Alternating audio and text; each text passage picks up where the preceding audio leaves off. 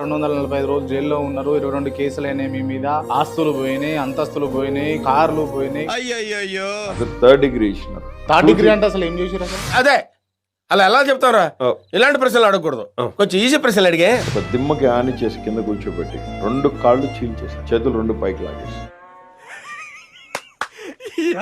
ఏం ఫీల్ ఉన్నది మామయ్య?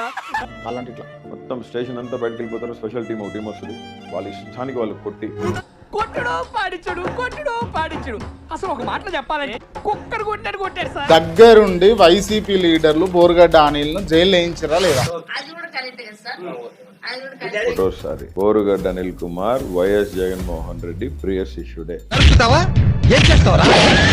ఎన్నిసార్లు వచ్చిండన్న జైలు కాడికి జగన్మోహన్ రెడ్డి గారు మీ దగ్గరికి? రాలేదు. ఒకటి